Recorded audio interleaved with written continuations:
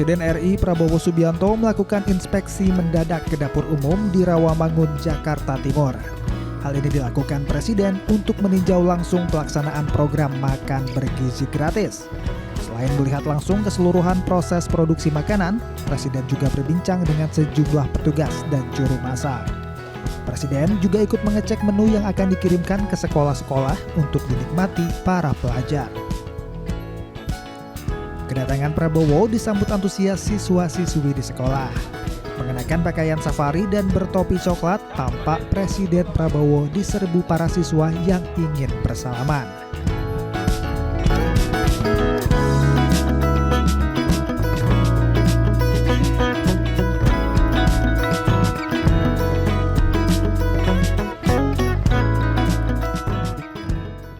Ya pemirsa, kembali lagi bersama saya Aulina Iyasya dan Prof Dadan di One on One. Sekarang kita balik lagi ke makan bergizi ya Prof ya. Tadi kita udah ngomong tentang biografi Prof. Jujur seru banget ya Prof, dan mungkin butuh lebih dalam pengen tahu tentang Prof nih, apalagi tadi seperti diajarin bahasa Jerman juga sama Prof. Nah kita balik lagi ke makan bergizi nih Prof. Ini kan sebenarnya banyak banget mengundang reaksi netizen tuh beda-beda ya Prof. Kemarin sempat mau diadain makan bergizi gratis ini, ada yang setuju, ada yang enggak. Terutama nih Prof, mengenai anggaran APBN. Karena kan kita, seperti yang kita ketahui, katanya ini sampai di angka 71 triliun ya Prof untuk makan bergizi gratis. Nah, pendapat Prof sendiri seperti apa sih sebetulnya? Apakah layak dengan senilai 71 triliun ini untuk makan bergizi gratis? Tapi dari sisi Prof aja gitu, dari sisi kepala badan. Saya melihat dan saya bisa memahami apa yang dipikirkan oleh Bapak Presiden, bahwa makan bergizi ini adalah langkah strategik, dan itu menurut saya bisa dijelaskan secara akademik. Saya bisa melihat bahwa anggota rumah tangga di Indonesia itu ada 5 kelas ya. Mulai dari kelas miskin, rentan miskin, menuju kelas menengah sampai kelas atas. Nah, kelas atas ini anggota keluarganya 2,84. Itu artinya ada satu ibu, satu anak, anaknya 0,84. Jadi kalau ada 100 orang kaya, maka 84 keluarga anaknya 1. Sementara 16 keluarga anaknya 0. Nah, kalau tidak ada perpindahan dari keluarga kaya, kelas atas ke keluarga kaya, kelas atas ini akan menurun bertahap, karena satu ibu tidak digantikan oleh satu anak, seorang ayah tidak digantikan oleh seorang anak, ibu dan bapaknya digantikan oleh 0,84 anak. Jadi artinya kurang dari 1. Sementara di keluarga miskin itu anggota keluarganya 4,78. Artinya kalau ada ibu 1, bapak 1, anaknya 2,78. Jadi kalau ada 100 orang miskin, maka 78 keluarga anaknya 3. Ya, 22 keluarga anaknya 2. Nah, penduduk Indonesia sampai sekarang masih tumbuh 6 per menit atau 3 juta per tahun. Sampai 2024, penduduk kita akan mencapai 324 juta. Masih akan bertambah 42 juta dari sekarang. Dan sekarang Teh Aula bisa menduga pertambahan penduduk ini dari kelas atas atau dari kelas miskin? Atas. Nggak mungkin atas, karena atas itu... Tapi kan hampir sama sebetulnya. Enggak, ini kan... lebih ke yang miskin ya sebetulnya. Iya miskin, kenapa? Di sini anaknya 0,84, jadi keluarga kaya itu akan menurun. Tidak akan menjadi pertambahan. Sama seperti prediksi bangsa yang akan hilang di dunia pertama kali adalah bangsa Korea. Kenapa? Karena increasing rate-nya atau pertumbuhan penduduknya 0,7 sekian. Jadi satu orang tergantikan oleh 0,7. Jadi akan turun, lama-lama akan hilang. Nah, sementara di Indonesia orang miskin ini menghasilkan 2,78 anak. Jadi pertambahan penduduk ini nanti akan lebih banyak dari keluarga rentan miskin dan miskin. Sehingga kalau kita tidak intervensi dari sekarang, anak-anak sekarang yang 60% tidak pernah melihat menu dengan gizi seimbang dan tidak pernah dan tidak mampu beli susu, ini 20 tahun ke depan, 2045 kan lemah. Jadi dia akan tumbuh tidak optimal, baik dari segi yang lahir di 1000 hari pertama kurang berkembang otaknya sehingga stunting, atau yang sudah lahir di sekarang usia-usia SD, SMP, SMA akan tumbuh tidak optimal sehingga tidak mencapai tinggi yang diharapkan. Nah, kenapa kemudian makanan bergizi ini harus masuk untuk bisa mengatasi ini? Selain itu masih akan lahir anak-anak dari keluarga yang tergolong keluarga miskin, ya betul, kan? Dan ini akan menandai hampir 60% populasi Indonesia yang akan bertambah itu.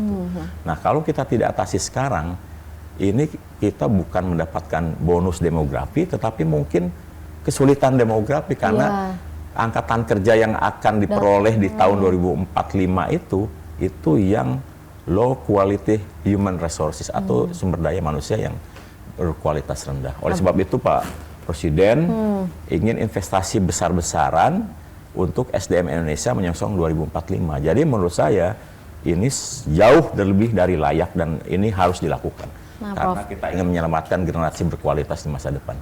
Nah, kalau dari paparan Prof tadi berarti dapat disimpulkan sebetulnya keluarga miskin untuk makan ini difokuskannya ke situ ya Prof? Ya sangat diuntungkan dan bahkan yang diuntungkan Indonesia karena akhirnya semua penduduk yang tadinya tidak mendapatkan makan bergizi akhirnya bisa mendapatkan makan bergizi. Ya, Prof. Oleh sebab itu mungkin banyak cerita sekarang kan sudah berjalan 3 minggu nih, banyak anak yang kemudian tidak rela makan, kemudian ingin membawa makanannya ke rumah karena adik-adiknya tidak mendapatkan yang sama seperti itu, atau ingat ibunya makan seadanya. Jadi itulah kenyataan yang ada sehingga betul-betul Pak Presiden membuat kegiatan atau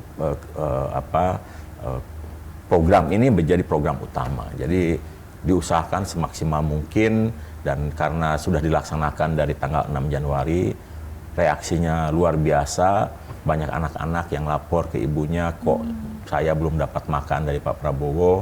Itu yang mendorong Pak Prabowo kemudian ingin melakukan percepatan. Yang tadinya 82,9 juta itu kita lakukan bertahap dan mungkin baru akan tercapai di tahun 2009. Sekarang Bapak Prabowo ingin akhir 2025 82,9 juta mendapatkan manfaat. Nah Prof, kita berbicara sedikit juga nih mengenai makan bergizi gratis. Ini kan sebetulnya bukan hanya memenuhi nutrisi ya Prof, tapi membantu ekonomi juga nih, roda ekonomi di setiap daerah. Tentu saja, karena gini, kita awalnya melakukan investasi besar-besaran untuk SDM yang berkualitas di masa depan. Begitu ada uang mengalir ke satu tempat di mana ada SPPG yang melayani 3.000, ternyata untuk mengolah bahan baku dan menjadi menu itu butuh bahan baku ya. Nah, bahan bakunya itu adalah produk-produk pertanian. Jadi satu SPPG itu akan mendapatkan uang kan antara 8 sampai 10 miliar. Nah, 85% dari dana itu digunakan untuk membeli bahan baku. Ya, bahan baku yang sumbernya dari pertanian. Jadi apapun nanti yang diproduksi di suatu wilayah ini akan bisa diserap oleh badan gizi untuk disalurkan kepada yang membutuhkan, yaitu anak-anak yang tadi kurang mendapatkan menu gizi seimbang. Kemudian 10,5% digunakan untuk membayar SDM yang ikut terlibat di dalam program masak memasak ini.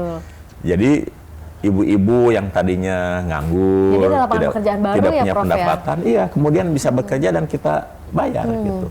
Dan dari pengalaman dan yang sudah jalan ini, satuan pelayanan pemenuhan gizi itu membutuhkan kurang lebih 50 orang untuk bekerja. Jadi 50 orang otomatis bekerja di satu SPPG, dan nanti kalau ada 30.000 satuan pelayanan pemenuhan gizi, otomatis 1,5 juta lapangan kerja baru akan tercipta dari program ini. Nah Prof, ini kan kalau untuk saat ini SPPG itu baru ada 250-an ya Prof ya? 245 sampai hari ini. Ya. Nah target itu tahun ini 5.000 nih Prof, kira-kira bisa mencapai itu nggak Prof? Insya Allah, makanya kemudian kita melakukan kemitraan yang seluas-luasnya, kemudian membangun komunikasi yang intens dengan berbagai kementerian, lembaga, institusi lain, dan terutama dengan para mitra yang selama ini memang bergerak di bidang catering, di bidang usaha.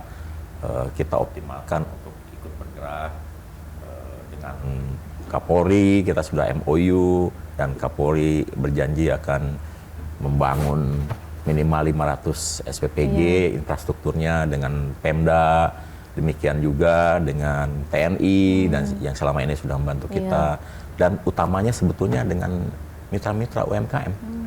Dan itu yang membantu Badan Gizi sehingga program ini bisa berjalan di 6 Januari. Jadi 6 Januari ini program ini bisa jalan karena keterlibatan semua pihak. Jadi Badan Gizi sendiri sebetulnya belum membangun infrastruktur. karena APBN-nya baru dibuka blokirnya, kita sedang menyiapkan semuanya sehingga infrastruktur yang dibangun Badan Gizi baru akan selesai bulan Juli, baru akan bisa digunakan Agustus. Nah sekarang udah bisa jalan karena kita membangun kemitraan yang luas dengan semua pihak. Dan saya ucapkan terima kasih nih kepada semua pihak yang sudah membantu, terutama ketika 6 Januari sudah jalan dan mereka rela untuk mengeluarkan uang terlebih dahulu yang kemudian kami nanti reimburse. Nah, ini udah ngomongin masalah mitra-mitra, kayaknya kita jeda dulu pemirsa. Saya mau ada pertanyaan lagi nih sama Prof tentang kemitraannya ya. Kalau gitu tetaplah bersama kami di One on One.